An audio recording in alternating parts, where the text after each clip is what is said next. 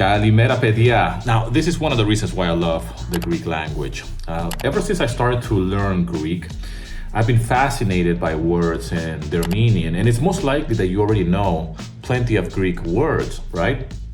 There's a lot of words that we use on everyday life that comes from the Greek language. Now, this particular word, I found it really funny, to be quite honest, that the roots of this word that we use today comes from that, right? And to give you a little bit of a story, back in the day, right, a handful of years ago, whenever Greeks will hear a foreigner speak in a foreign language, to their ear, it will sound var, var, var. That's the sound that they will hear.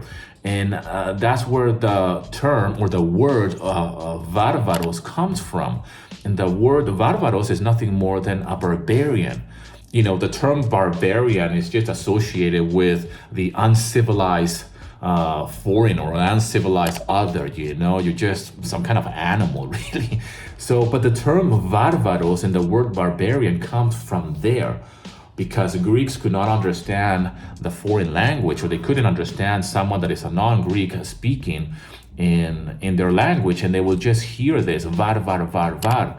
And that's where they came to the term, like, okay, anybody who is a foreigner and that is a non-Greek speaker, to them is a varvaros. And this is one of the reasons why I love Greek, because the more you dive deeper into studying the language, where certain words come from, and if you start to deconstruct them, then you can very easily understand not only the language, but where it comes from. And how still to this day, we're still using words that have a deep meaning. And it comes from somewhere. There's a deep root, a meaning attached to the word. It's not just, you know, the word barbarian doesn't just come because we want to call somebody a barbarian and that's it, right? It just has a deep meaning to it, as a story behind it, which I find fascinating. I want to share more about my journey of someone who lives in Greece and is still learning Greek. I mean, I speak Greek, but I'm still learning. I'm still practicing my Greek on a day-to-day basis. I get corrected by my daughter all the time.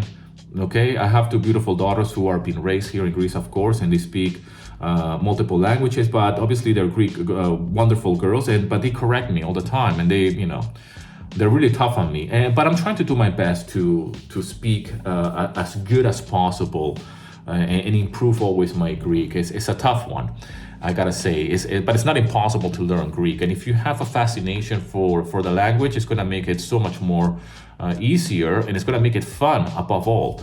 I think that learning a language it should be something that is fun. It should be something that you should feel a pull towards that language. And what a better language to learn than Greek?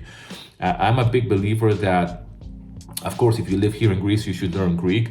I've been very vocal about this, and with other expats and foreigners that live here, that, you know, they don't want to learn Greek, or there's no need to learn Greek because now we have apps and we have this and we have Google Translate and whatever. But I still believe that there is no shortcut to learning a language, and there's something amazing about learning a language. And there is something to be said about the Greek language that, you know, is such an old language, right? And yes, we're talking here Nea Ellinika, we're not talking ancient Greek here, but nevertheless, it's still Greek.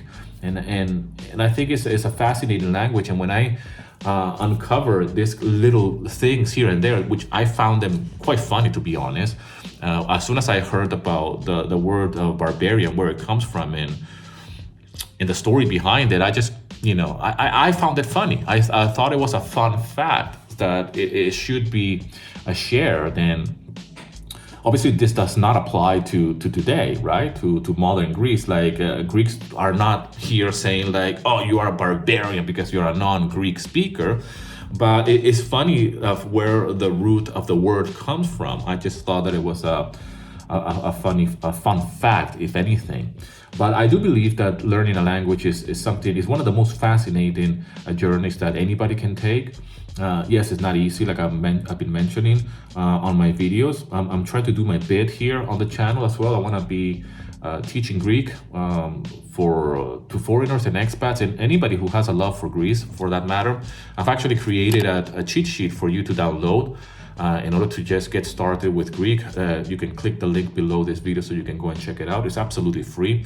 And my approach to learning Greek is more of, a fun aspect to it. At the same time, putting it into practice immediately, right? Like just learn a few words and put it out there.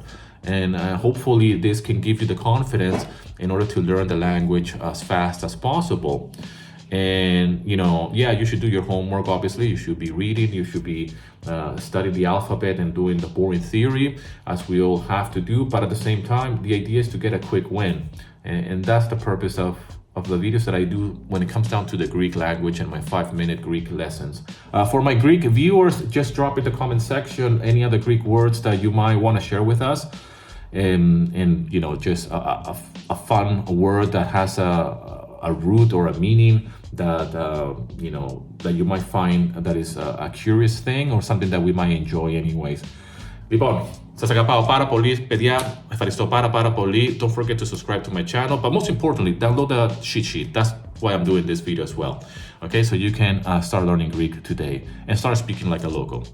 Σας αγαπάω, and I'll see you in another video, my friend.